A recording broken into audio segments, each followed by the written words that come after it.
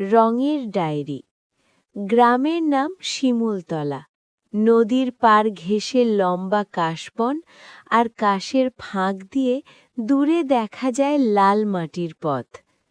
এই পথ ধরেই প্রতিদিন স্কুলে যেত নিলয়। নিলয়ের সবচেয়ে প্রিয় জিনিস ছিল তার ছোট্ট স্কেচবুক আর কয়েকটা রঙিন পেন্সিল। বইয়ের চেয়ে ওই স্কেচবুকই ছিল তার পৃথিবী। শিশুকাল থেকেই নিলয় দেখত মানুষ কথা না বললেও চোখে চোখে অনেক কথা বলে। সে কথা সে ধরতে পারত ছবির রেখায়। মা রান্না করতে করতে যখন চুলের গোছা কপালে ঝুলে পড়ত, নিলয় তখন মায়ের সেই মুহূর্তটা আঁকত। বাবার ক্লান্ত চোখ, দাদুর কাঁপা হাত, নদীর ঢেউ সবকিছুই তার খাতায় ধরা পড়ত। একদিন স্কুলে অঙ্কন প্রতিযোগিতার ঘোষণা হলো। বিষয় আমার গ্রাম। নিলয়ের বুক কেঁপে উঠল আনন্দে। সে জানত তার গ্রামের গল্প সে রঙে বলতে পারবে। সেদিন বিকেলে নদীর ধারে বসে সে আঁকতে শুরু করল। কাগজে উঠল সূর্যাস্তের লাল কমলা আলো, নৌকার ছায়া, কাশফুলের সাদা হাসি। কিন্তু ছবির মাঝখানে সে আঁকল এক বৃদ্ধাকে, যিনি প্রতিদিন নদীর ধারে বসে অপেক্ষা করেন। কেউ জানে না কিসের অপেক্ষা। নিলয় জানত না তার নাম, কিন্তু তার চোখে ছিল একরাশ গল্প। প্রতিযোগিতার দিন এলো। শহরের বড় স্কুলে আয়োজন। নিলয় প্রথমবার শহরে এলো। উঁচু বিল্ডিং, ভিড়, আলো সবকিছু তাকে একটু ভরও দিচ্ছিল। কিন্তু ছবি জমা দেওয়ার সময় তার হাত কাঁপল না। সে জানত ছবিটা সত্যি। ফলাফল ঘোষণার সময় নিলয়ের নাম প্রথম হল।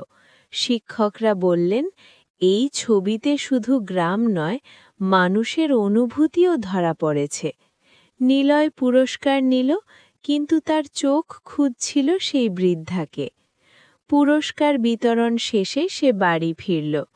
পথে নদীর ধারে গিয়ে দেখল সেই বৃদ্ধা বসে আছেন। নিলয় সাহস করে এগিয়ে গেল। ঠাকুমা, আমি আপনার ছবি এঁকেছিলাম। বৃদ্ধা হাসলেন, বললেন, ছবি মানুষকে অমর করে বাবা। তিনি জানালেন তিনি একসময় চিত্রশিল্পী ছিলেন। জীবন তাকে নদীর ধারে এনে বসিয়েছে, কিন্তু রঙের প্রেম ছাড়েনি। সেদিন থেকে নিলয় প্রতিদিন তার কাছে যেত। তিনি শেখাতেন রেখার ভাষা, আলো ছায়ার গান। বলতেন, ছবি আঁকা মানে শুধু সুন্দর করা নয়, সত্য বলা। বছর গড়ালো, নিলয় বড় হল, শহরের আর্ট কলেজে ভর্তি হল। কিন্তু সে গ্রাম ভুলল না। তার ছবিতে ফিরত শিমুলতলা, নদী, কাশবন আর সেই অপেক্ষার চোখ।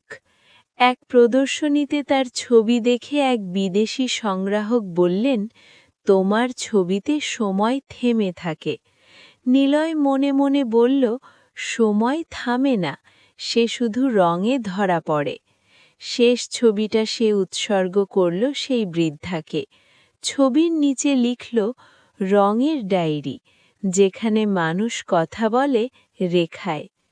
এভাবেই নিলয়ের গল্প চলতে থাকল। ছবি আঁকার গল্প, জীবনের গল্প আর সত্যের গল্প। শহরের এক কোণে পুরনো এক চিলেকোঠায় আরিয়ানের বাস। ঘরটা ধুলোবালি আর তেলের রঙের গন্ধে মম করে। আরিয়ান একজন সাধারণ শিল্পী নয়, সে এমন একজন মানুষ যে ক্যানভাসে প্রাণ প্রতিষ্ঠা করতে চায়। তার দীর্ঘদিনের স্বপ্ন এমন এক ছবি আঁকা যা দেখে মানুষ তার নিজের জীবনের সবচেয়ে গোপন দুঃখটি খুঁজে পাবে। তার সামনে রাখা বিশালাকার ক্যানভাসটি গত ৩ বছর ধরে সাদা হয়ে পড়ে আছে। সে রং ছোঁয়ায় আবার মুছে ফেলে, কারণ তার মনে হয় সাধারণ রং দিয়ে জীবনের গভীরতাকে ছোঁয়া সম্ভব নয়। রহস্যময় আগন্তুক। এক বর্ষণমুখর সন্ধ্যায় আরিয়ানের দরজায় কড়া নাড়ল এক বৃদ্ধ। লোকটার পরনে জীর্ণ পোশাক, কিন্তু চোখের দৃষ্টিতে এক অদ্ভুত উজ্জ্বলতা। বৃদ্ধ তার হাতে একটি ছোট কাঠের বাক্স তুলে দিয়ে বললেন, এটা নির্বাণ নীল। এই রং দিয়ে যা আঁকবে তা জীবন্ত হয়ে উঠবে।